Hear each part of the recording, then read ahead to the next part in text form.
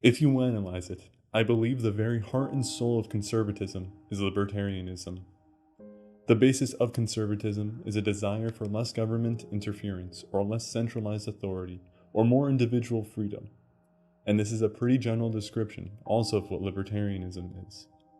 Ronald Reagan. Government is not a solution to our problem. Government is the problem. Ronald Reagan. The Marxist solution has failed, but the realities of marginalization and exploitation remain in the world, especially the third world, as does the reality of human alienation, especially in the more advanced countries. Against these phenomena, the Church strongly raises her voice. Vast multitudes are still living in the conditions of great material and moral poverty. The collapse of the communist system in so many countries certainly removes an obstacle to facing these problems in an appropriate and realistic way, but it is not enough to bring about their solution. Indeed, there is a risk that a radical capitalistic ideology could spread which refuses even to consider these problems, in the a priori belief that any attempt to solve them is doomed to failure, and which blindly entrusts their solution to the free development of market forces. St. John Paul II. Ronald Reagan and the religious right in the 80s and 90s successfully convinced the majority of Catholics that an essential part of being conservative was to be libertarian. The majority of the baby boomers, Generation X, and millennials all believe that as important as social conservatism is economic libertarianism. The current chair of the House Republican Conference, Elise Stefanik, voted against declaring an emergency at the southern border, supports gay rights, including voting to codify sodomitic marriage into federal law, and only has a 71% rating from the National Right to Life.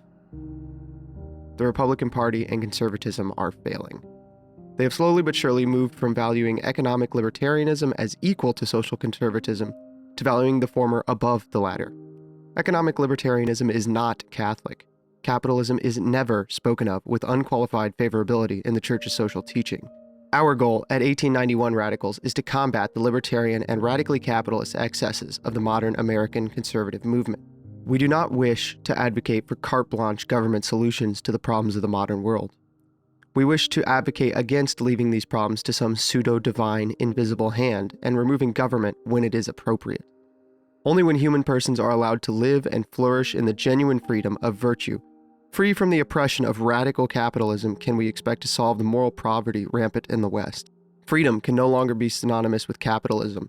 Christian can no longer be synonymous with capitalist.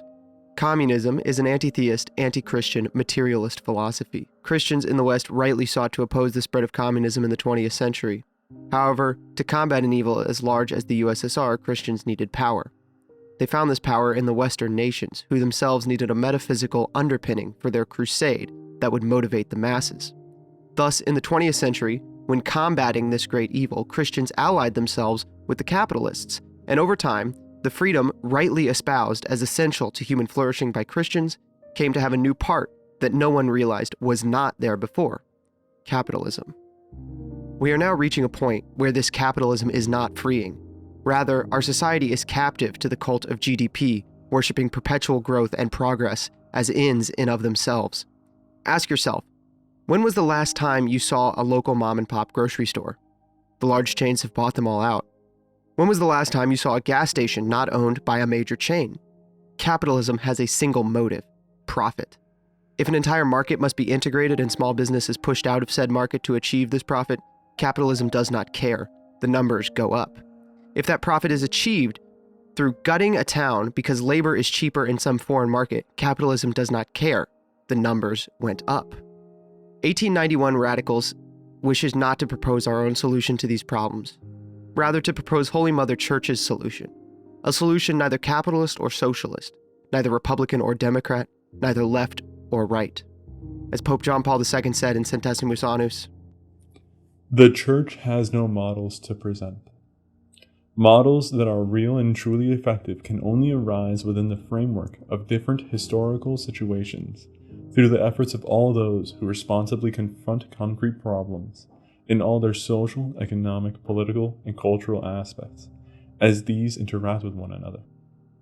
For such a task, the Church offers her social teaching as an indispensable and ideal orientation. a teaching which, as already mentioned, recognizes the positive value of the market and of enterprise, but which at the same time points out that these need to be oriented towards the common good.